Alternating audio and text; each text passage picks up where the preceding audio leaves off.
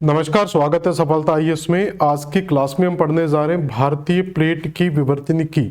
तो भारतीय प्लेट, तो जो विश्व भूगोल के अंदर हम एक टॉपिक पढ़ा करते थे प्लेट टेक्टोनिक, उसी तरीके से हमें भारतीय चीज़ों को, मतलब भारत के पूरी जियोफिजिक्स को अगर हमें समझना है, किस तरीके से चीज़ों का ओरिजिन हुआ, उन चीज़ों के लिए हमें भारत की भूभौतिकी यानी कि भारत की प्लेट विवर्तनिकी को समझना बहुत जरूरी होता। तो ये टॉपिक विश्व भूगोल के संदर्भ में पढ़ा जाता था, अब हमें केवल भारत के संदर्भ में पढ़ना है। तो इस क्लास के अंदर केवल हम भारत की प्लेट एक्टिविटीज के बारे में यहां पर बात करेंगे। तो स्टार्ट करते हैं आज की क्लास। तो टॉपिक है आज का आपका plate tectonic in India, Bharat में प्लेट विवर्तनिकी। तो प्लेट विवर्तनिकी के लिए कुछ बेसिक कॉन्सेप्ट को हम पहले समझ लेते हैं। जैसे एक सिद्धांत हमने पढ़ा होता विश्व भूगोल के अंदर, महाद्वीपीय विस्थापन सिद्धांत। यह महाद्वीपीय विस्थापन सिद्धांत अल्फ्रेड वेगनर के द्वारा दिया गया था, जो एक जर्मन क्लाइमेटोलॉजिस्ट थे। 1915 से 22 के बीच में इनकी पूरी ये स्टडी आती है। तो ये पूरा वर्ल्ड भूगोल के अंदर, विश्व भूगोल के अंदर आपको डिटेल से पढ़ाया जाता था, लेकिन हम थोड़ा सा इसको टच कर चलेंगे। इसके आधार पर यह देखा जाए कि अगर वेगनर के महाद्वीपीय विस्थापन सिद्धांत की अगर हम एक छोटी सी ब्रीफ हिस्ट्री की बात करें यहां पर, तो कार्बोनीफेरस या परमियन एरा के अंदर जो पूरी पृथ्वी थी, एक भूखंड में स्थित थी जिसे कहा जाता था पेंजिया। और ये पेंजिया चारों तरफ से जिस समुद्री भाग से या जिस जलीय भाग से गिरा था उसे कहा जाता था पेंथालासा। तो पेंजिया चारों तरफ से surrounded by water bodies called Panthalassa. तो पेंजिया पूरी तरीके से किससे घिरा हुआ था? पेंथालासा से घिरा हुआ था। और इसी पेंथालासा को 1999 हॉफमैन के द्वारा सुपर कॉन्टिनेंट शब्द दिया गया था। तो पेंजिया को क्या कहा जाता था? सुपर कॉन्टिनेंट शब्द दिया गया था। फिर हम ये जानते हैं कि कुछ आंतरिक शक्तियों के कारण, पृथ्वी के कुछ आंतरिक गतिशीलताओं के कारण, मूवमेंट्स के कारण क्या होता है? पेंजिया ब्रेक होता है और पेंजिया दो भागों में टूटकर विभाजित हो जाता है। तो जब पेंजिया दो भागों में यहां से विभाजित होता है तो पेंजिया का एक भाग कहलाता है अंगारा लैंड और एक भाग कहलाता है गोंडवाना लैंड।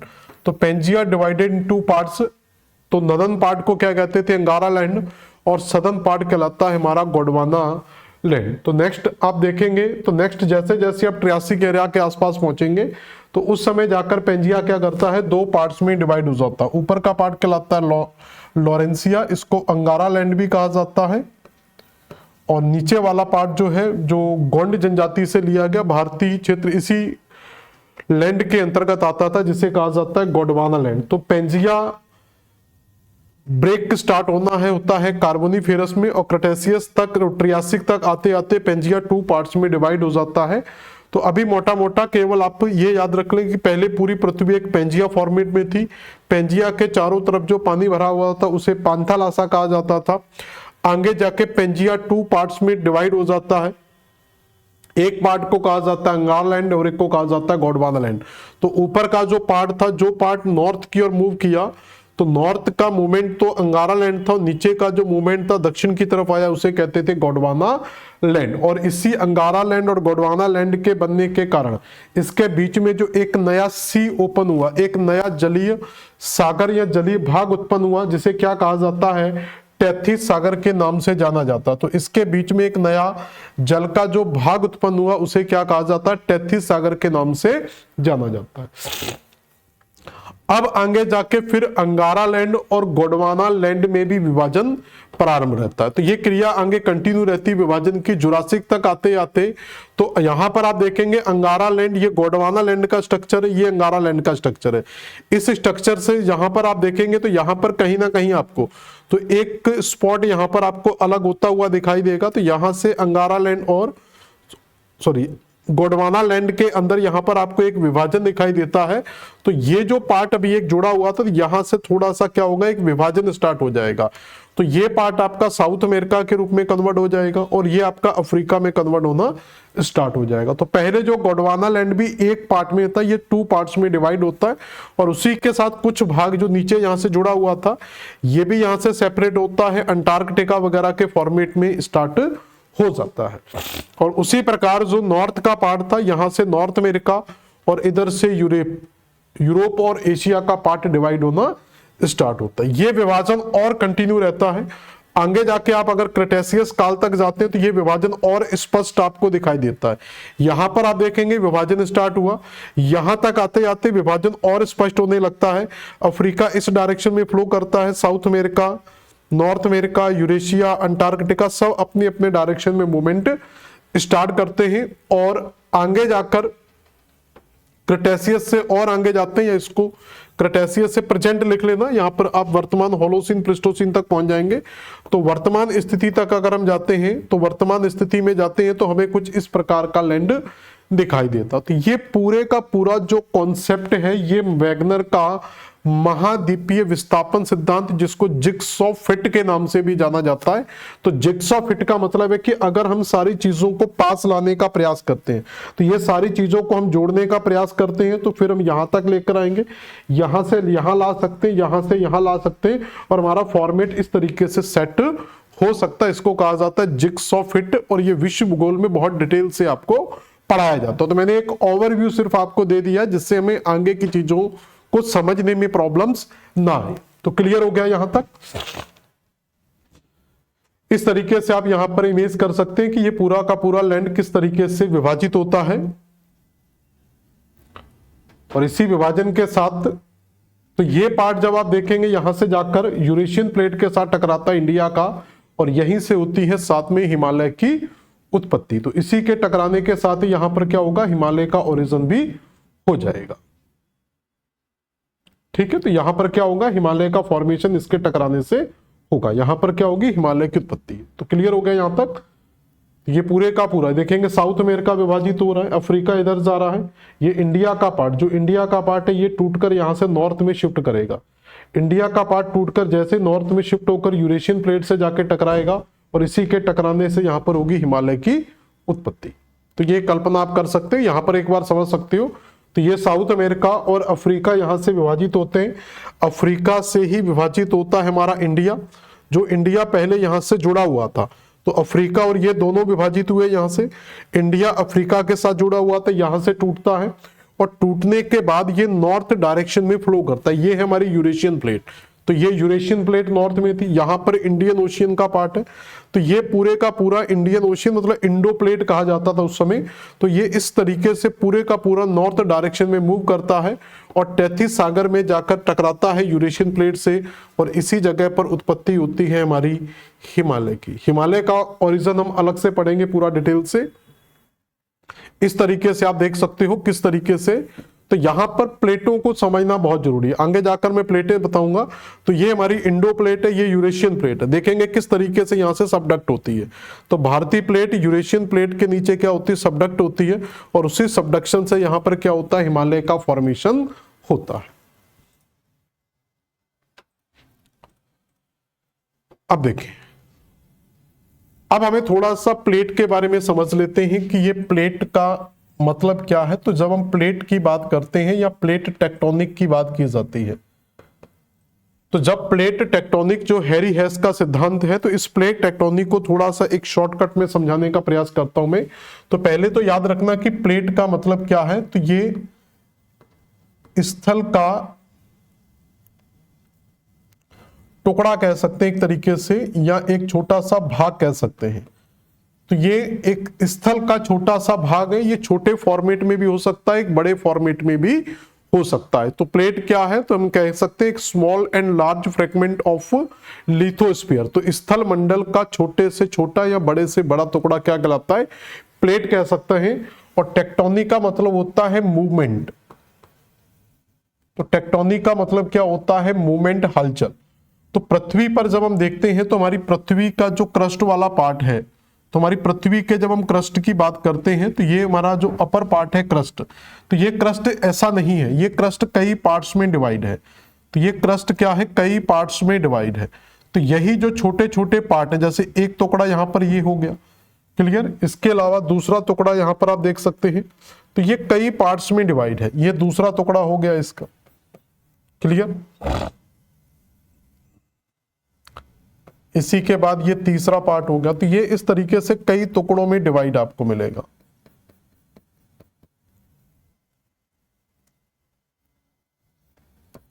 ठीक है, तो ये पूरा एक ले लेते हैं। तो इस तरीके से ये कई पार्ट्स आपको जो दिखाई दे रहे हैं, ये हमारा क्रस्ट है, इसे क्या कहा जाता है, क्रस्ट।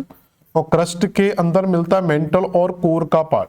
ये पूरे का पूरा मेंटल एक लिक्विड स्टेज में है। ये किस स्टेज में हमें मिलता है, ये पूरा जो फॉर्मेट है ये हमारा एक सेमी लिक्विड स्टेज में हमें दिखाई देता है। तो अब होता क्या है यहां पर, तो ये जो टुकड़ा, पहले तो प्लेट को समझ लें कि ये जो हमें एक छोटा सा पीस दिखाई दे रहा है, ऐसे कई पीस हमें यहां पर दिखाई देते हैं। तो ये जो पीसेस आपको यहां पर दिखाई देते हैं, इन्हीं पीसेस को क्या कहा जाता है, प्लेट कहा जाता है। तो पहली चीज तो प्लेट क्या है, क्रस्ट के पार्ट को, छोटे या बड़े टुकड़े को ही क्या कहेंगे, प्लेट कहा जाता है। फिर दूसरा आता है कि मूवमेंट क्या हो, टेक्टोनिक का मतलब क्या होता है। तो टेक्टोनिक का सामान्य मतलब होता है पृथ्वी के या प्लेटों के अंदर होने वाला संचलन। तो प्लेटों के संचलन को ही क्या कहते हैं, टेक्टोनिक। अब क्वेश्चन आता है कि आखिर ये मूवमेंट होता क्यों है। तो मूवमेंट होने का एक सामान्य कारण यहां पर हम समझ सकते हैं कि पृथ्वी की सतह के अंदर जब ये मैग्मा बनता है, इस तरीके से देखो, यहां पर मैं समझाता हूं, यहां पर इस तरीके से, इसको यहां पर अलग से समझ लेते हैं।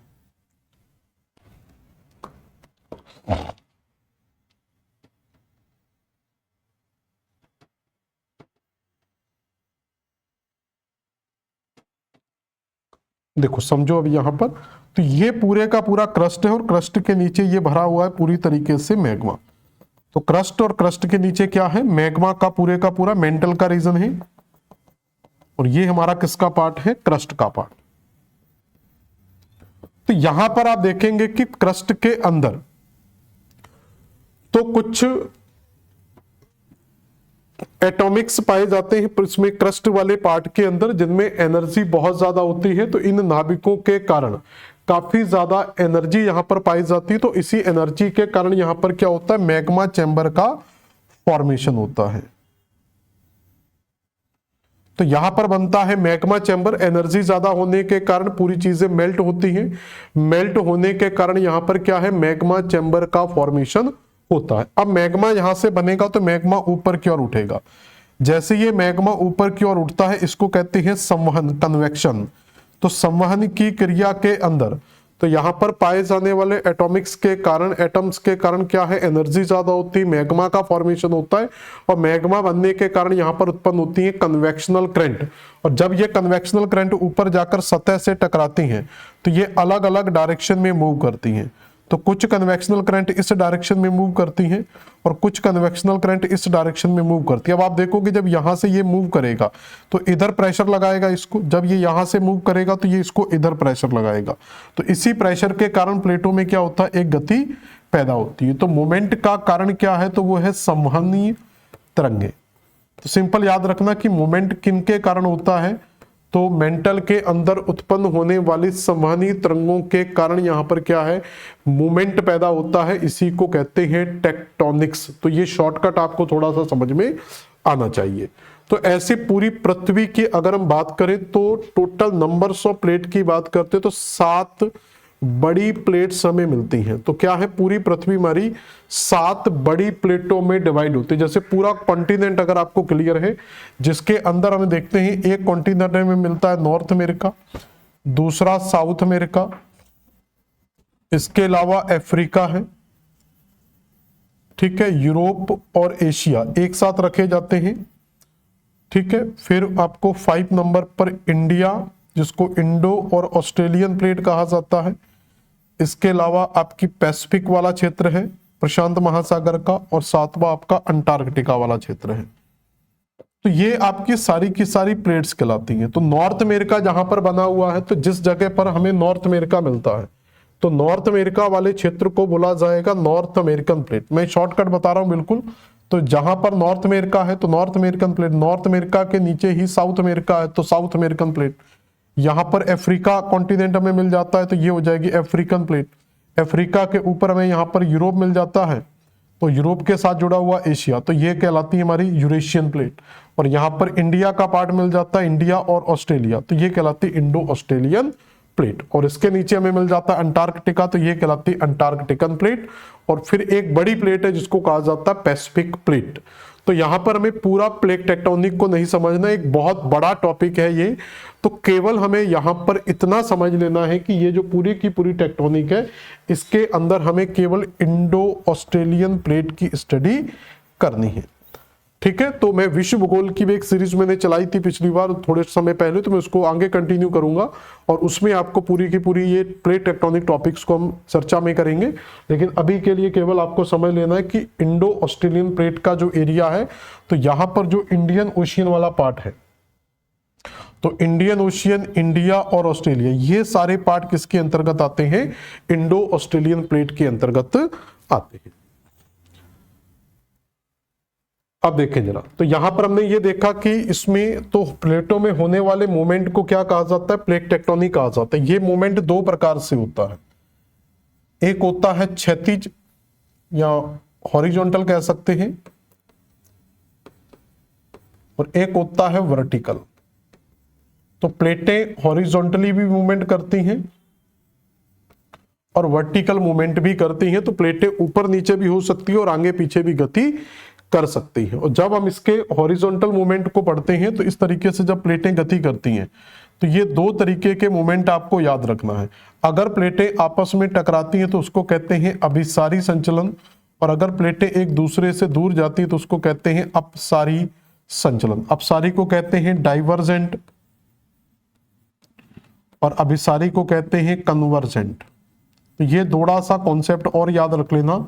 तो ये दो प्रकार के मूवमेंट आपको याद रखने, जब भी प्लेट आपस में टकराएगी तो कन्वर्जेंट कहलाएगा, और जब प्लेट दूर जाएगी तो डाइवर्जेंट कहलाएगा। तो प्लेट के टकराने को कहते हैं अभिसरण और प्लेट दूर जाने को कहते हैं अपसरण, अभिसारी और अपसारी संचलन। तो ये एक छोटा सा इंट्रोडक्शन इसका याद रखेंगे।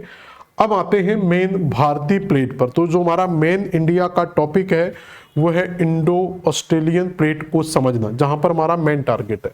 तो पूरी 7 प्लेटें हैं और उन 7 प्लेटों में एक मुख्य प्लेट है हमारी भारतीय ऑस्ट्रेलियन प्लेट या भारतीय प्लेट। इसके बारे में हमें समझना है।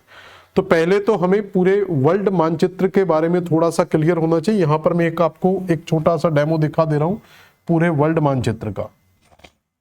तो पूरे विश्व मानचित्र के अंदर अगर आप जाएंगे तो यहां पर आपको नॉर्थ अमेरिका कॉन्टिनेंट मिलेगा, और इसी नॉर्थ अमेरिका के नीचे लगा हुआ मिल जाएगा आपको साउथ अमेरिका, और साउथ अमेरिका के साथ ही यहां पर लगा हुआ हमें मिल जाएगा अफ्रीका कॉन्टिनेंट, और अफ्रीका के ऊपर ही यहां पर हमें मिल जाएगा यूरोप और एशिया कॉन्टिनेंट। तो ये यूरोप और इधर से एशिया, और यहीं पर हमें इंडिया का पार्ट मिल जाता है इस तरीके से। ठीक है, ये हमारा किसका पार्ट है? एशिया के साथ जुड़ा हुआ इंडिया, और यहां पर है ऑस्ट्रेलिया। तो ये मोटा मोटा आपको वर्ल्ड मैप के बारे में क्लियर होना चाहिए। तो यहां पर हम जब पढ़ेंगे इसको तो याद रखना, हम यहां पर केवल इंडो ऑस्ट्रेलियन प्लेट की स्टडी करते हैं। अब इंडो ऑस्ट्रेलियन प्लेट को अगर आप देखोगे तो इंडो ऑस्ट्रेलियन प्लेट में जब आप इंडिया को क्लियर करेंगे तो यहां पर हमें इंडिया की पोजीशन मिल जाती है। इंडिया के इस तरफ हमें बंगाल की खाड़ी मिलती है और इस तरफ हमें अरब सागर मिलता है। अब इसी इंडिया के जब आप इस साइड जाते हैं तो यहां पर हमें अफ्रीका कॉन्टिनेंट मिलता है। कौन सा कॉन्टिनेंट मिलता है? Africa continent. और जब आप इसको कवर करके इस साइड जाएंगे तो यहाँ पर इंडोनेशिया वगैरह के पार्ट मिलेंगे, और इसी के नीचे जुड़ा हुआ हमें ऑस्ट्रेलिया मिल जाएगा, और ये होगा हमारा इंडियन ओशियन। तो इस तरीके से आपका थोड़ा सा मैप पर कॉन्सेप्ट होना चाहिए कि किस तरीके से हमारा इंडिया हमें दिखाई देता है। और इंडिया का जो नॉर्थ वाला पार्ट है यहां से कवर कर लेंगे तो यहां से आपका हिमालय का सेक्सटेक्टर आ जाएगा, यहां पर ये आ जाएगा हमारा हिमालय। तो इस तरीके से इंडिया का एक मैप आपको थोड़ा सा राउंड फिगर में याद रखना होगा। अब इस मैप को पूरी की पूरी स्टडी करते हैं कि आखिर जो भारतीय प्लेट है ये किन प्लेटों के साथ जुड़ी हो सकती है। तो अगर आप देखेंगे कि भारतीय प्लेट अन्य किन प्लेटों के साथ जुड़ी हो सकती है, तो भारतीय प्लेट के इस तरफ अगर आप जाएंगे हिमालय से, तो हिमालय से ऊपर जानते हैं तो हम जानते हैं कि यहाँ पर हिमालय जब बना था वो यूरेशियन प्लेट के साथ टकराने से बना था। तो भारत के उत्तर में जो एक प्लेट हमें मिलेगी वो यूरेशियन प्लेट, यूरेशियन का मतलब होता है यूरोप और एशिया, दोनों को मिलाकर कहा जाता है यूरेशियन प्लेट। तो यहां पर हमें क्या मिलती है, यूरेशियन प्लेट का हिस्सा मिलता है। जब अब यहां पर इंडोनेशिया और इस साइड जाते हैं तो यहां पर हमें प्रशांत महासागर का हिस्सा मिलता है, जिसको प्रशांत प्लेट के नाम से जाना जाता है। तो यहां पर लिख दे रहा हूं, तो यहां पर हमें क्या मिल जाती है, प्रशांत प्लेट, पैसिफिक प्लेट मिल जाती है। इस साइड जा रहे हैं तो आपको दिख रहा है कि यहां पर हमें अफ्रीका का प्लेट मिल रहा है, तो अफ्रीका प्लेट आ जाएगी। और नीचे वाले भाग में जाएंगे तो यहां पर हमें अंटार्कटिका मिल जाएगा। तो यहां पर जो प्लेट मिलेगी वो अंटार्कटिकन प्लेट हमें मिल जाएगी। तो भारतीय प्लेट की, तो ये बीच में जो एरिया आपको दिखाई दे रहा है, तो ये बीच वाला जो एरिया है पूरे का पूरा तो ये पूरा जो एरिया है यहां से ये पूरे का पूरा एरिया हमारा कहलाता है इंडिया प्लेट या इंडो ऑस्ट्रेलियन प्लेट। तो इस इंडो ऑस्ट्रेलियन प्लेट के बारे में आपको याद रखना है कि ये प्लेट हमारी किन किन प्लेटों के बीच में फंसी हुई है। तो हमारी प्लेट 3 बड़ी प्लेटों के बीच में आती है। वेस्ट में अगर आप जाएंगे तो अफ्रीकन प्लेट, नॉर्थ ईस्ट में जाएंगे या नॉर्थ में जाएंगे यूरेशियन प्लेट, और इस साइड जाएंगे तो कुछ पैसिफिक प्लेट का बेल्ट है, और चौथा अगर आप देखेंगे तो अंटार्कटिका का क्षेत्र आता है। तो हमारी इंडियन प्लेट इन 4 प्लेटों के बीच में हमें फंसी हुई दिखती है। अब जब ये 4 प्लेटें यहां पर हमें मिलती हैं तो किन प्लेटों से ये विभाजित होती है उस चीज को जरा समझते हैं। यहां पर देखें तो जब आप भारतीय प्लेट में जाएंगे तो ये हिमालय का स्ट्रक्चर, यहां पर हमें क्या मिलेगा, हिमालय का स्ट्रक्चर। तो इस हिमालय के स्ट्रक्चर से ही आप जानते हैं कि हिमालय के इस साइड नीचे जाएंगे तो ये इंडो प्लेट का क्षेत्र है, और ऊपर जाएंगे तो कौन सी प्लेट है, यूरेशियन प्लेट। तो भारतीय प्लेट हम कह सकते हैं कि हिमालय के सहारे हिमालय क्षेत्र में यूरेशियन प्लेट से विभाजित होती है। अब सोचो कि हिमालय प्लेट और यूरेशियन प्लेट आपस में जुड़ी हुई है, किस क्षेत्र में दोनों का सीमांकन होता है, बाउंड्री मिलती है हिमालय क्षेत्र में। तो यहां पर भारतीय प्लेट हम जानते हैं कि ऊपर की ओर जाकर टकराई थी। तो भारतीय प्लेट यूरेशियन की प्लेट के साथ जाकर टकराई थी, और मैंने आपको बताया था कि जब भी 2 प्लेटें आपस में टकराएंगी, जब भी 2 प्लेटें आपस में टकराएंगी उसको कहेंगे हम अभिसारी संचलन। क्या कहेंगे, अभिसारी संचलन, कन्वर्जेंट मूवमेंट बोला जाएगा। और जब भी कन्वर्जेंट होता है तो प्लेटों में विनाश होता है। जैसे ये 2 चीजों को आपस में टकराओगे, मारोगे तो इनके किनारे टूटने स्टार्ट हो जाएंगे। तो इस प्रक्रिया को क्या कहा जाता है, विनाशात्मक किनारा। तो अभिसारी शब्द भी यूज कर सकते हैं आप, विनाशात्मक भी यूज कर सकते हैं। तो अभिसारी मतलब कन्वर्जेंट मूवमेंट हो रहा है, और डिस्ट्रक्टिव मतलब विनाशात्मक मतलब क्या हो रहा है, डिस्ट्रक्टिव प्लेट मार्जिन्स बन रहे हैं। तो आपको 2 चीजें याद रखनी है। पहला याद रखना है भारतीय प्लेट यूरेशियन प्लेट का सीमांकन कहां पर होता है, हम कहेंगे हिमालय की एक रेखा के सहारे होता है। और यहां पर हमें क्या मिलता है, तो हम कहेंगे यहां पर हमें कन्वर्जेंट मिलता है। मैं लिख दे रहा हूं यहां पर, बाकी इसको भी लिखेंगे पूरा। तो यहां पर क्या हो रहा है, हम कहेंगे कन्वर्जेंट हो रहा है। कन्वर्जेंट मतलब अभिसारी प्रक्रिया हो रही है। और दूसरा यहां पर जो प्रक्रिया से प्रभाव पड़ रहा है वो हमारा क्या हो रहा है, डिस्ट्रक्टिव प्लेट मार्जिन हो रहा है। तो यहां पर क्या है, डिस्ट्रक्टिव मार्जिन हमें दिखाई देता है। डिस्ट्रक्टिव मार्जिन का मतलब होगा विनाशात्मक किनारा।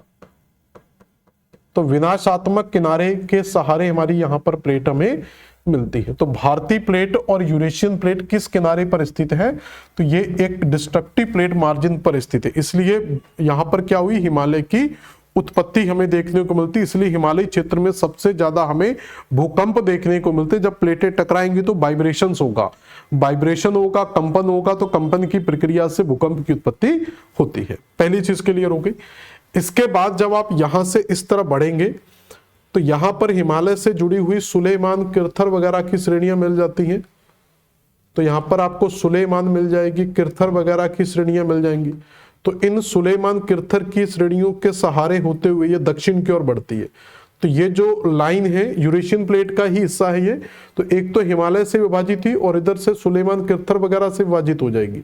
तो ये सीमांकन हमारा क्या हो जाएगा, पूरे का पूरा यूरेशियन प्लेट के साथ हो जाएगा। यही पार्ट आगे जाकर पहुंचता है हमारा कहां पर, इंडियन ओशियन के अंदर। जब इंडियन ओशियन के अंदर ये पार्ट इंटर करता है यहां तक, देखें यहां तक, इस वाली बाउंड्री तक, तो यहां तक आप देखेंगे तो ये इंडियन ओशियन के अंदर एक दरार हमें दिखाई दे रही है।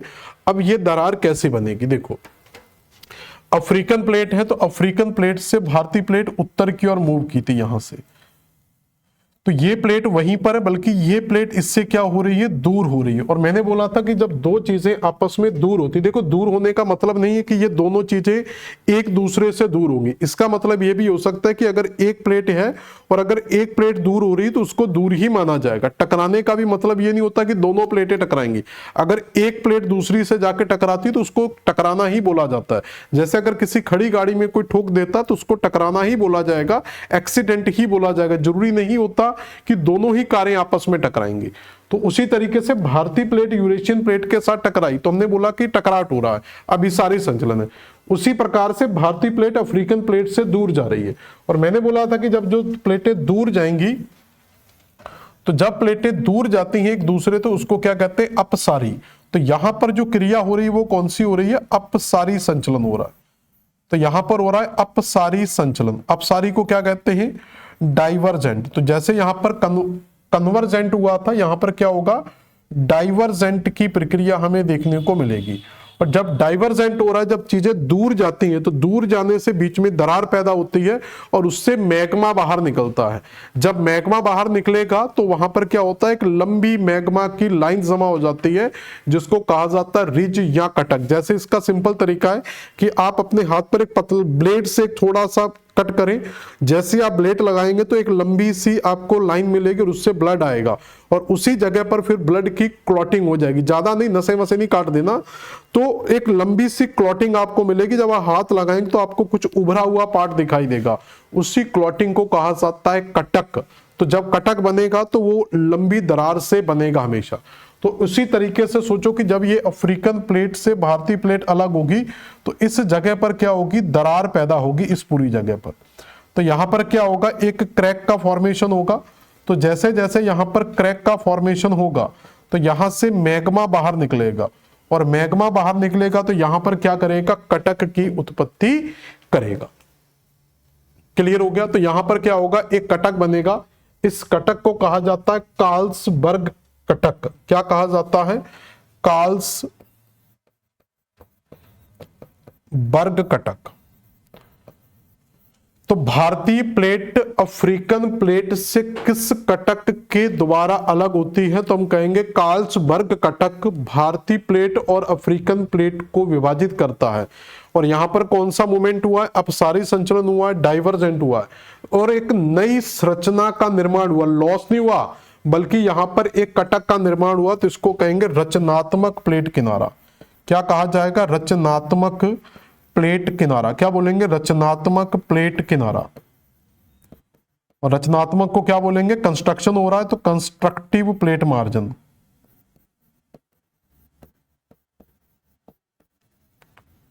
तो क्या बनेगा यहां पर, कंस्ट्रक्टिव प्लेट मार्जिन हमें देखने को मिलेगा। तो एक चीज क्लियर हो गई कि यूरेशियन प्लेट से जो विभाजित हो रही है भारतीय प्लेट हिमालय रेखा के सारे, वो डिस्ट्रक्टिव मार्जिन है, और अफ्रीकन प्लेट से जो भारतीय प्लेट अलग हो रही है वो एक कंस्ट्रक्टिव मार्जिन पर अलग होती है। और यहां पर कटक का निर्माण होता है, उसको कहते हैं कार्ल्सबर्ग रिज।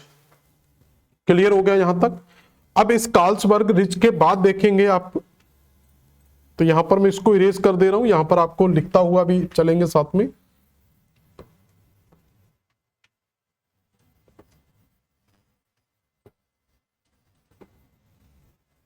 ठीक है, यहां पर हम सारी प्लेटों के नाम लिख लेंगे, जितना पढ़ते जा रहे हैं उसको साथ के साथ लिखते जा रहे हैं।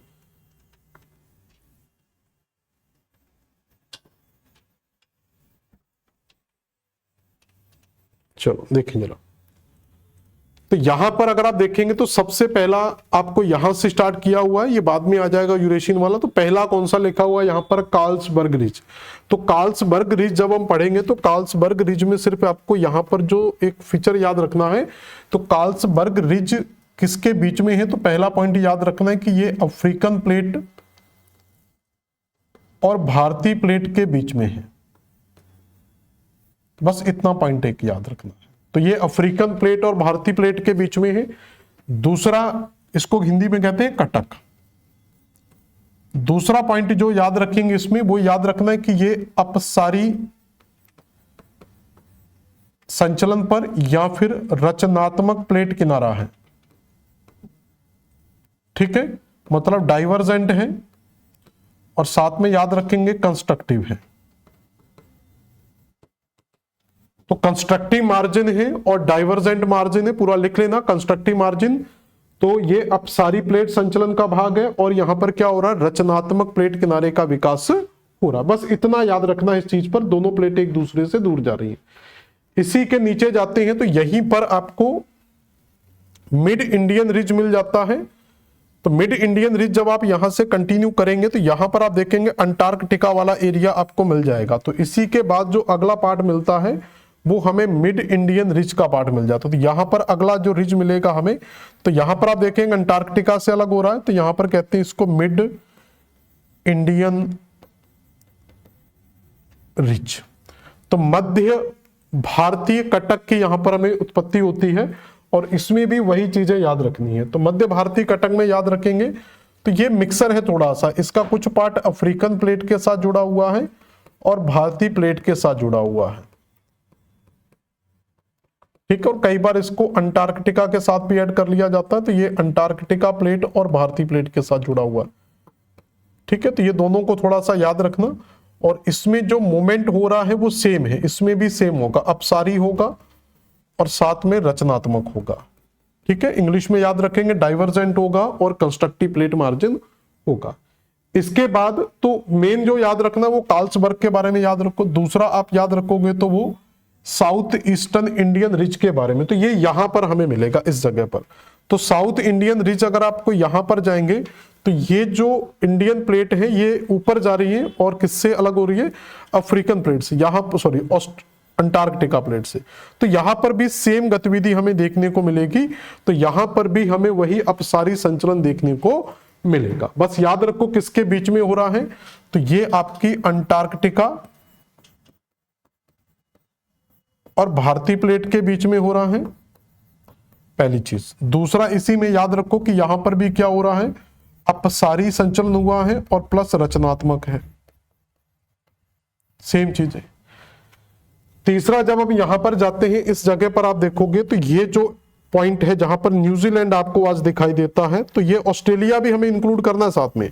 जब आप ऑस्ट्रेलिया वाली जगह पर जाएंगे, जिस जगह पर ऑस्ट्रेलिया का निर्माण हुआ है, इस जगह पर हमें मिलता है कारमादी रिज। मतलब आज जो अगर हम ये देखें कि न्यूजीलैंड जिस जगह पर बना हुआ ऑस्ट्रेलिया के पास में, वो कारमादी रिज पर ही न्यूजीलैंड का फॉर्मेशन हुआ है। तो कारमादी रिज हमें कहां पर मिलेगा, तो याद रखना कि जिस जगह पर न्यूजीलैंड है आज, तो जिस जगह पर न्यूजीलैंड है वहीं पर हमें मिलता है कारमादी रिज। और ये भी इंडो ऑस्ट्रेलियन, मतलब इंडो प्लेट बोलो या इंडो ऑस्ट्रेलियन प्लेट बोलो, इंडो ऑस्ट्रेलियन प्लेट को किससे विभाजित करता है, तो ये भारतीय प्लेट या इंडो ऑस्ट्रेलियन प्लेट को किससे अलग करेगा, तो ये अलग करेगा किसके साथ, प्रशांत प्लेट के साथ।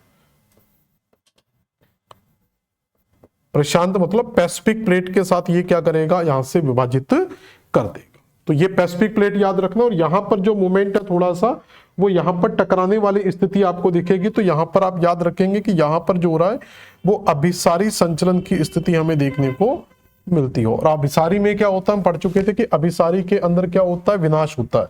तो यहां पर विनाशात्मक किनारा होगा। तो अभिसारी का मतलब होता है कि कन्वर्जेंट हो रहा है, और विनाशात्मक का मतलब हो गया कि डिस्ट्रॉय हो रहा है, मतलब डिस्ट्रक्शन हो रहा है। जब भी टकराएगा डिस्ट्रॉय हो।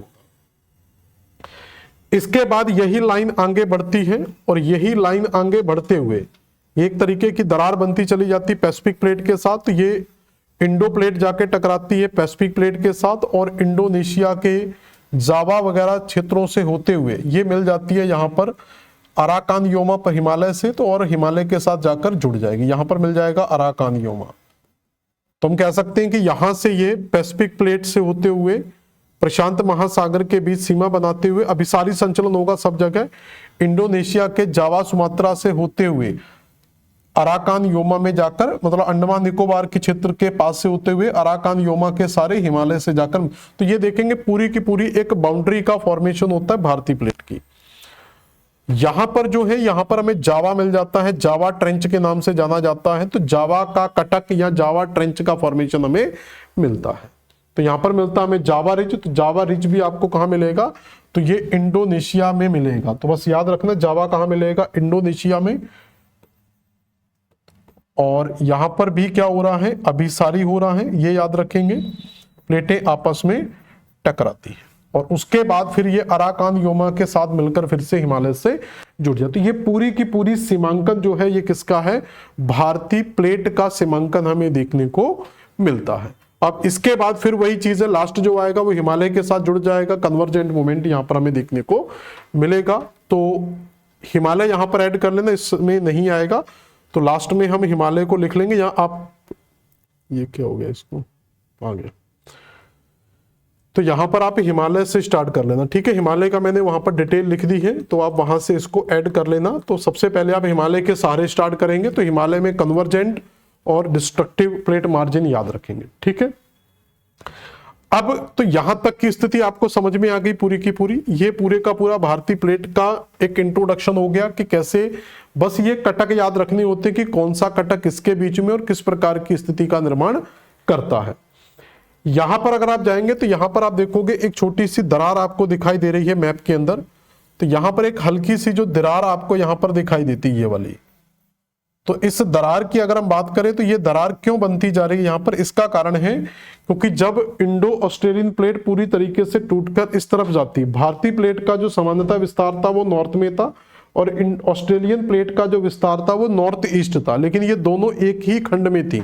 भारत और ऑस्ट्रेलिया एक ही प्लेट में था, इसलिए इसको इंडो ऑस्ट्रेलियन प्लेट कहते हैं। जब Indo Australian plate Eurasian plate से जाकर टकराती है, मतलब भारत का हिस्सा, अभी ऑस्ट्रेलिया वाला तो नहीं टकराएगा, नीचे रहेगा, तो भारतीय प्लेट जब यूरेशियन प्लेट के हिस्से से जाके टकरा जाती है तो दोनों के डायरेक्शन में थोड़ा सा क्या है, तो जैसे ये यहां से रुक जाएगी और ये आगे की ओर बढ़ने का, तो इसमें क्या होगा, एक कंटिन्यू फ्लो मिलेगा। तो ये रुक जाती है और ये आगे बढ़ने का प्रयास करती है, जिससे यहां पर दोनों में एक हल्का सा सेपरेशन दिखाई हमें देता। तो यहां से क्या होगा, एक हल्का सा सेपरेशन हमें दिखाई देगा, दोनों प्लेटों में एक दरार टाइप की यहां पर बनती हुई हमें दिखाई दे जाएगी और इसी दरार को कहा जाता है 90 डिग्री। तो ये 90 डिग्री अक्षांश के सारे थी और इसको क्या कहा जाता है, 90 डिग्री का पूर्वी कटक। तो 90 डिग्री का जो पूर्वी कटक, और पीएससी प्री एग्जाम में और शायद मेंस में भी ये पूछा गया था 90 डिग्री पूर्वी कटक, लास्ट ईयर पीएससी ने पूछा था प्री एग्जाम में कि 90 डिग्री पूर्वी कटक कहां पर स्थित है, तो आंसर था उसका हिंद महासागर में स्थित है। और ये किन प्लेटों के बीच में स्थित है, तो ये इंडो और ऑस्ट्रेलियन प्लेट के बीच में स्थित है। और ये किस मूवमेंट के अंतर्गत आएगा, अपसारी या अभिसारी। तो यहां पर हमें क्लियर है कि प्लेटें दूर जा रही हैं तो ये अपसारी संचलन का पार्ट कहलाएगा। तो लास्ट होता है हमारा 19 ईस्ट रीज, इसको अलग से याद रखना। तो ये बनेगा आपका किसके बीच में, तो ये इंडो और ऑस्ट्रेलियन प्लेट के बीच में बनेगा पहली चीज, और अपसारी संचलन यहां पर होता है और इसी अपसारी संचलन के यहां पर प्रमाण भी है। जब अपसारी संचलन होगा तो अंदर से मैग्मा निकलेगा, तो यहां पर क्या होगा, मैग्मा निकलेगा और इसी मैग्मा से यहां पर, इसी मैग्मा से यहां पर क्या है, बैरन और नारकोंडम जैसे ज्वालामुखी भी हमें देखने को मिलते हैं। अंडमान निकोबार की स्थिति पर आप देखोगे तो बैरन और नारकोंडम ज्वालामुखी की स्थितियां भी हमें यहां पर देखने को मिल जाती हैं। तो ये इसके प्रमाण है कि यहां पर टेक्टोनिक एक्टिविटीज हुई है। तो ये भारत की पूरी क्या हो गई, भारत की इंडो प्लेट की, भारतीय प्लेट की पूरी जियोफिजिक्स की किस तरीके का इसका सीमांकन हुआ है। अब इसको थोड़ा सा थ्योरीज में कन्वर्ट करते हैं। देखो, अगर एक पूरी हिस्ट्री में हमें इसे लिखना हो कि हम कैसे लिखेंगे, तो पूरी आपको, तो भारतीय प्लेट का पेंजिया से टूटना, अंगारा लैंड में डिवाइड होना, फिर अंगारा लैंड से अफ्रीका का विभाजन होना, फिर अफ्रीका से भारतीय प्लेट का विभाजन होना और यूरेशियन प्लेट से टकराना, ये सारी स्टोरी को आप एक राउंड फिगर में लिख सकते हैं जैसे यहां पर देखें। तो पेंजिया कार्बोनिक काल में क्या हो गया, तो आज से 200 मिलियन वर्ष पहले, तो 200 मिलियन वर्ष पहले क्या हुआ, पेंजिया का विभाजन हुआ। लगभग कार्बोनिफेरस में इसका विभाजन स्टार्ट हो जाता है। तो जब ये पेंजिया विखंडित होना स्टार्ट हुआ था कार्बोनिफेरस में, और उसके बाद उत्तरी अटलांटिक महासागर का खुलना प्रारंभ हुआ, और इसी के साथ साथ क्या हो गया, तो जैसे ये विभाजित हुआ, तो देखो यहां पर अब क्या होगा कि दो चीजें समझे। जैसे ही पेंजिया का विभाजन हुआ, पूरी चीज को समझे, पेंजिया का विभाजन हुआ तो ऊपर वाला पार्ट था हमारा अंगारा लैंड और नीचे वाला पार्ट कौन सा था, गोंडवाना लैंड। तो जब ये अंगारा लैंड में भी विभाजन होगा तो ये 2 पार्ट्स में डिवाइड हुआ, तो जब 2 पार्ट्स में डिवाइड होगा तो इसके बीच में आप देखोगे एक ओशियन आपको ओपन होता हुआ दिखेगा। तो इसके बीच में क्या हो गया, एक सी ओपन हुआ, या एक ओशियन की उत्पत्ति यहां पर एक एस शेप में जो हमें मिलता है वर्तमान में, तो ये पूरे का पूरा सी हमें यहां पर ओपन हुआ दिखाई देगा, और इसी को बोला जाता है अटलांटिक ओशियन। तो आगे जाकर जब ये पेंजिया विभाजन हुआ, फिर पेंजिया के अंदर अंगारा लैंड का विभाजन, तो ये एक तरीके से अंगारा लैंड का विभाजन है, यहां पर लिख सकते हैं। तो अंगारा लैंड का विभाजन, तो जब अंगारा लैंड डिसइंटीग्रेट हुआ या इसका विभाजन हुआ, तो इसी विभाजन से नॉर्थ अमेरिका का डायरेक्शन और यूरोप एशिया का डायरेक्शन अलग अलग हुआ, और बीच में यहां पर क्या ओपन हो गया, अटलांटिक ओशियन यहां पर उत्पन्न हो जाता है। इसी के साथ हम याद रखेंगे तो 120 मिलियन वर्ष पहले दक्षिणी अटलांटिक महासागर खुलना, तो पहले उत्तरी अटलांटिक महासागर ओपन हुआ, उसके बाद दक्षिणी अटलांटिक महासागर उत्पन्न होगा। तो दक्षिणी अटलांटिक महासागर आपको यहां पर दिखेगा इस तरीके से।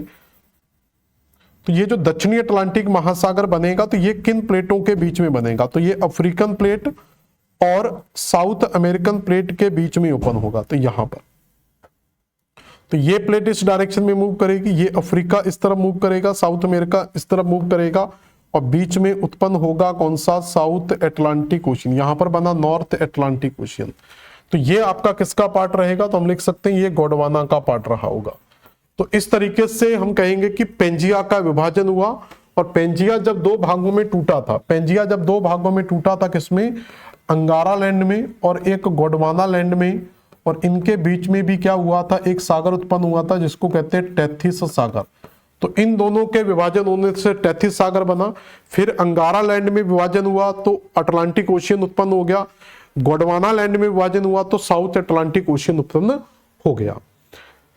फिर जो इंडो ऑस्ट्रेलियाई प्लेट थी 12 सेंटीमीटर प्रति वर्ष की दर से उत्तर की ओर बढ़ने लगी, और इस तरीके से हिंद महासागर का भी क्या हो गया, ओपनेशन स्टार्ट हो गया। तो भारतीय प्लेट भी जो थी ये भी उत्तर पूर्व की और क्या हो गई, मूवमेंट स्टार्ट हो गया, अफ्रीका से ब्रेक हुई, और इसी ब्रेकअप के साथ क्या हुआ, इंडियन ओशियन का भी अस्तित्व सामने आ गया। तो ये 3 चीजें क्लियर हो गई।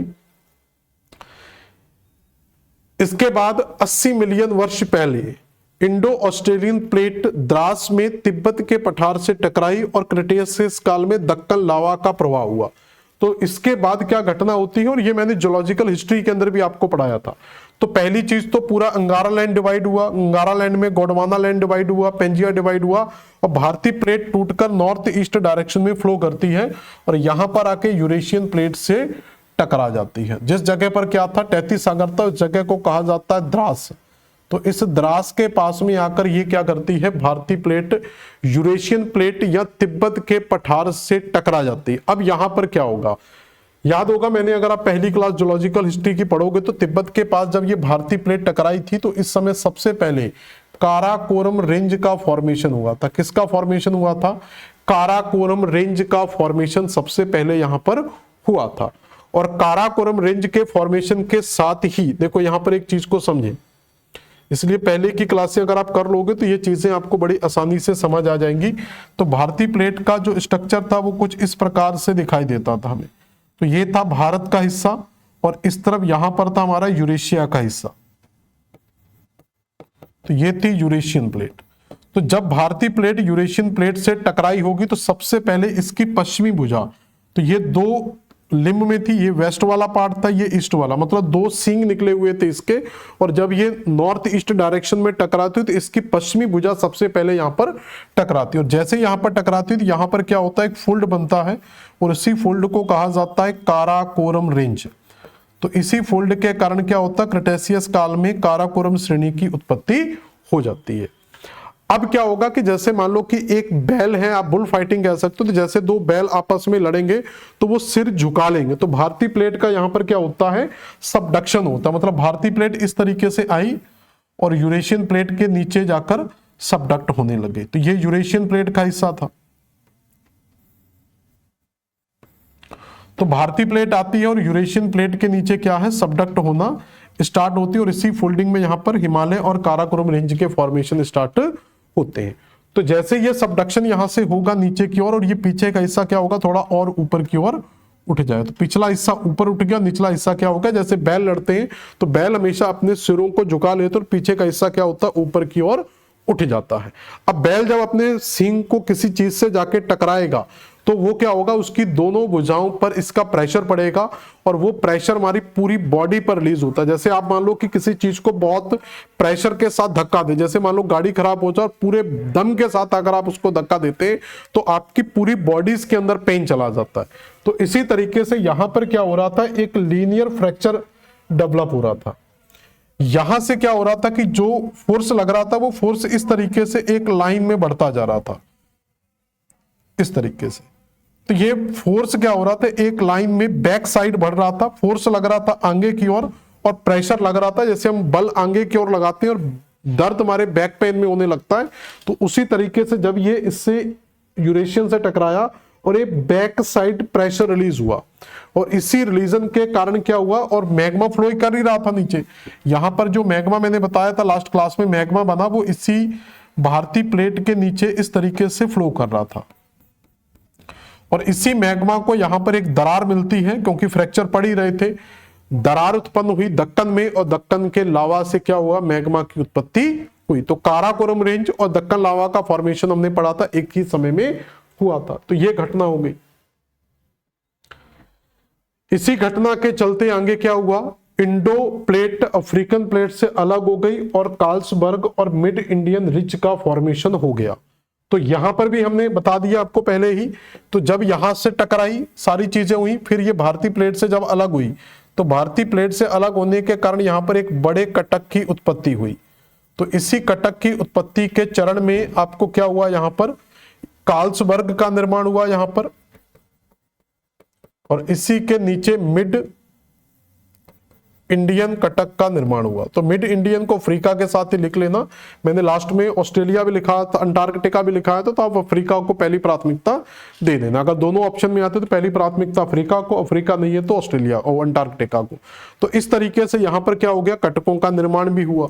तो ये सारी घटनाएं कब हुई, 80 मिलियन वर्ष पहले।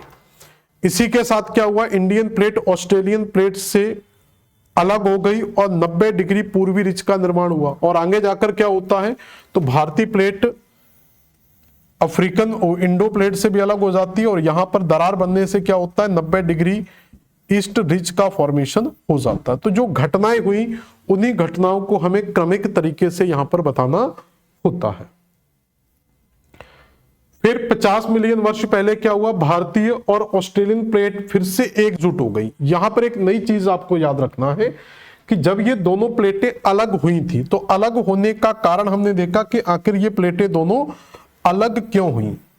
तो भारतीय प्लेट और ऑस्ट्रेलियन प्लेट यहां से डिवाइड किस कारण से हुई, उसका कारण हमने बताया कि जब भारतीय प्लेट इस तरीके से यूरेशियन प्लेट से जाके टकरा जाती है तो भारतीय प्लेट का जो सामान्य डायरेक्शन था वो नॉर्थ था और Australia plate normally north east direction में फ्लो कर रही थी। तो यहां से कहीं ना कहीं इनमें अनबैलेंस हुआ। अनबैलेंस होने के कारण एक यहां से क्रैक पड़ता हुआ हमें दिखाया। जैसे अनबैलेंस हुआ तो यहां पर क्रैक पड़ना स्टार्ट हुआ और उसी क्रैक के सारे यहां पर 90 डिग्री का कटक बना।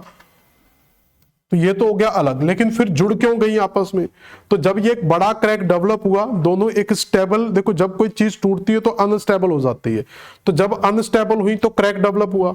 उसके बाद भारतीय प्लेट पूरी तरीके से यूरेशियन प्लेट में शिफ्ट हो गई और इधर से ऑस्ट्रेलियन प्लेट भी जाकर अफ्रीको पैसिफिक प्लेट के साथ जाके जब टकरा जाती है तो दोनों के अंदर एक स्टेबिलिटी आ जाती है और स्टेबिलिटी के कारण धीरे धीरे यहां पर ज्वालामुखी क्रियाएं होना बंद हो जाती। तो जो दरार पड़ी हुई थी वो दरार का एरिया क्या है, कम होने लगता है और ज्वालामुखी क्रियाएं भी यहां पर कम होना स्टार्ट हो जाती। जैसे देखेंगे यहां पर एक नारकुंडम ज्वालामुखी मिलता है, तो नारकुंडम ज्वालामुखी कभी तो एक्टिव रहा होगा, तो जब ये दरारें बनी होंगी उस समय नारकुंडम ज्वालामुखी की उत्पत्ति हुई होगी, उस समय वो एक्टिव रहा होगा। लेकिन जब ये दोनों आपस में रीजॉइंट हो गई, दोबारा से जुड़ गई, तो नारकुंडम की क्या हो गई, फिर से जो सक्रिय एक्टिविटी थी वो बंद हो गई। आज हम डोरमेंट के अंदर उसको काउंट करते हैं, सुसुप्त ज्वालामुखी के अंदर उसको हम काउंट करते हैं। लेकिन कुछ एक्टिविटीज आज भी हो रही है, जैसे बैरन की ज्वालामुखी का निर्माण यहां पर आज भी हमें देखने को मिलता है। तो भारतीय प्लेट और ऑस्ट्रेलियन प्लेट आपस में फिर से जुड़ गई और इसी के बाद क्या हुआ, वर्तमान में भारतीय और ऑस्ट्रेलियन प्लेट विकसित हो रही है, भविष्य में दिल्ली हरिद्वार हर्षिल रिज के रचनात्मक प्लेट का मार्जिन बनेगा। तो यहां पर पहले अलग हुई फिर जुड़ी और वर्तमान में फिर हमें दिख रहा है कि वर्तमान में फिर से ये दोनों प्लेटें क्या हैं, अनस्टेबल हो सकती हैं, दोनों प्लेटें एक दूसरे से अलग हो सकती हैं और फिर से जैसे बैरन एक्टिव ज्वालामुखी यहां पर हमें देखने को मिलता है। तो ये साक्ष्य है इस चीज के कि पहले एक्टिविट था, एक्टिव वॉल्केनो हुआ, फिर वो डोरमेंट हुआ, फिर उसके बाद कुछ एक्टिव वॉल्केनो आए तो वो बैरन ज्वालामुखी हमें यहां पर देखने को मिल जाता है। ये डीएसएच क्या है इसके बारे में समझ लेते हैं। तो ये डीएचएच का मतलब क्या है, तो ये बिल्कुल नई चीज है। बिल्कुल यहां पर ये माना जा रहा है कि जो दिल्ली है, अगर हम यहां पर दिल्ली की बात करें, दिल्ली हरिद्वार और यहीं पर हर्षिल क्षेत्र मिलता है यूपी के अंदर ही, तो दिल्ली हरिद्वार और हर्षिल में यूपी वाले बेल्ट में और दिल्ली वाले बेल्ट में वर्तमान में क्या है, तो यूपी का जो सहारनपुर वाला बेल्ट है वहां पर मिल जाता है। तो यहां पर कुछ भूकंपीय घटनाएं हमें देखने को मिलती है। तो इस क्षेत्र में आए दिन क्या हो रहा है, हर साल दूसरे तीसरे साल कुछ भूकंप की घटनाएं हमें देखने को मिलती हैं। तो जियोलॉजिस्ट का मानना यह है कि अगर यहाँ पर कुछ भूकंपीय घटनाएं हो रही तो कुछ ना कुछ यहाँ पर घटना जो जहाँ विवर्तन की घटना जरूर हो रही होगी। तो यहीं पर माना जा रहा है कि ये डीएसएच के सहारे क्या हो रहा है, कुछ विवर्तन की घटना यहाँ पर होती है और ये एक तरीके से क्या है, भूकंपीय क्षेत्र के अंतर्गत आता है। तो इसी को कहा जाता है डीएसएच। तो ये एक नई दरार यहां पर बनेगी और आपको जानकर ये हैरानी हो जाएगी, ये दरार पूरी की पूरी, अगर आप इस दरार को इस तरीके से क्लियर करेंगे तो ये पूरी की पूरी दरार इस तरीके से बनेगी। तो ये दरार कुछ इस तरीके से बनती जा रही है और ये दरार यहां से स्टार्ट होगी, पूरे इंडिया को यहां से डिवाइड करेगी और चाइना को दो पार्ट में डिवाइड करके यहां पर एक सागर मिलता, अखोटस्क सागर।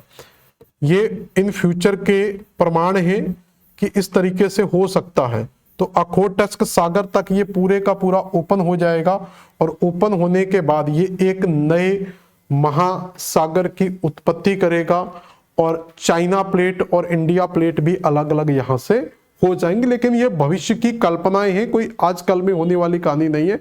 वर्षों करोड़ों वर्ष इस चीजों में होने में लगते हैं। चलो, तो ये था आपकी भारतीय प्लेट की जियोफिजिक्स की किस तरीके से हमें भारतीय प्लेट को समझना है। तो यहां पर सिंपल याद रखना, एक हिमालय की रेखा के सहारे जो प्लेटें आपस में टकराती हैं तो यहां पर विनाशात्मक प्लेट किनारों का निर्माण हुआ है और यहां पर जो है रचनात्मक प्लेट किनारों का निर्माण हुआ है। कार्लसबर्ग खास तौर पर याद रखना यहां पर, और यहां पर आपका हिमालय और यहां पर जावा ट्रेंच, यहां पर कारमादिक रेंज और यहां पर अंटार्कटिका का विभाजन और यहां पर 90 डिग्री का कटक। तो ये पूरी स्टोरी को आपको बताना होता है कि किस तरीके से घटना हुई। तो घटना को स्टार्ट करेंगे पेंजिया। तो पहले पेंजिया का विभाजन बताएंगे, पेंजिया के बाद अंगारा लैंड और गोंडवाना लैंड बने, बीच में तैतीस सागर बना। अंगारा लैंड डिवाइड हुआ तो नॉर्थ अटलांटिक ओशियन ओपन हुआ, गोंडवाना लैंड विभाजित हुआ तो साउथ अटलांटिक ओशियन ओपन हुआ। फिर इंडो प्लेट का जब मूवमेंट आया तो इंडियन ओशियन भी अस्तित्व में आ गया। और फिर हम बताएंगे कि जब भारतीय प्लेट यूरेशियन प्लेट के साथ जाकर टकराई, तो भारतीय प्लेट जब यूरेशियन प्लेट के साथ टकराती है तो उसी समय काराकोरम रेंज का फॉर्मेशन स्टार्ट होता है और काराकोरम रेंज के फॉर्मेशन के साथ ही दक्कन लावा का भी फ्लो हमें देखने को मिलता है। इसी दक्कन लावा के फ्लो के बाद क्या होता है वो चीजें आपको बतानी कि पूरी हिमालय का फॉर्मेशन हुआ और उसी के साथ साथ आपकी अफ्रीकन प्लेट जब विभाजित हुई तो वहां पर कार्लसबर्ग का निर्माण हुआ, ठीक है, कारमादी कटक का निर्माण हुआ और फिर बाद में इंडिया प्लेट और यूरेशियन प्लेट भी आपस में इंडिया और ऑस्ट्रेलिया प्लेट भी आपस में विभाजित हुई और यहाँ पर 90 डिग्री कटक का निर्माण हुआ। फिर प्लेटें आपस में जुड़ी, पहले नारकोंडम एक एक्टिव ज्वालामुखी था, जब प्लेटें दोबारा रिजॉइंट हो गई तो वो सुसुप्त हो गया। फिर प्लेटें वर्तमान में दूर जा रही हैं तो वहां पर फिर से बैरन जैसी एक्टिविटी हमें देखने को मिलती है। और उसके बाद DHSH दिल्ली हरिद्वार हर्षिल एक नया टेक्टोनिक एरिया हमारा वर्तमान में बनता जा रहा है, जो एक नए प्रमाण हमारे दिखाई देते हैं नव विवर्तनिकी के। तो अब हम अगला जो टॉपिक पढ़ेंगे वो इसी चीज पर पढ़ेंगे, नियो टेक्टोनिक भारत में नव विवर्तनिकी। तो अभी तक जो हमने पढ़ा है तो इसको दो पार्ट में डिवाइड किया जाता है। एक कहलाती है पुरा विवर्तनिकी और एक कहलाती है नव विवर्तनिकी। तो जो हम प्लिस्टोसीन तक मेन पढ़ते हैं, प्लिस्टोसीन तक जो हमने पढ़ा, तो वो सारा का सारा पूरा विवर्तनिकी, मतलब भारत में मैदानों की उत्पत्ति तक जो हम पढ़ते हैं प्लिस्टोसीन तक, तो हिमालय की उत्पत्ति के बाद जो मैदानों की वर्तमान उत्पत्ति मिलती है, तो वो सारा हमारा प्लिस्टोसीन तक का पूरा विवर्तनिकी, मतलब जो विवर्तनिकी घटनाएं हो चुकी हैं। और नव विवर्तनिकी है वो प्लिस्टोसीन के बाद जो घटनाएं हुई वो सब आपकी नियोटेक्टोनिक। तो एक कहलाती है पैलियोटेक्टोनिक और एक कहती है नियोटेक्टोनिक। तो अभी तक जो हमने पढ़ा वो था एक हिस्टोरिकल बैकग्राउंड पैलियोटेक्टोनिक का। अब हम पढ़ेंगे इसका फ्यूचर क्या होगा, किस तरीके से आगे की चीजों का निर्माण हुआ, भारत की नई फॉर्मेशन किस तरीके का हुआ और इन फ्यूचर में क्या क्या चीजें हो सकती हैं, उसी टॉपिक को कहेंगे नव विवर्तनिकी। तो अगली जो क्लास होगी हमारी वो नव विवर्तनिकी पर होगी। मिलते हैं नेक्स्ट क्लास में। धन्यवाद।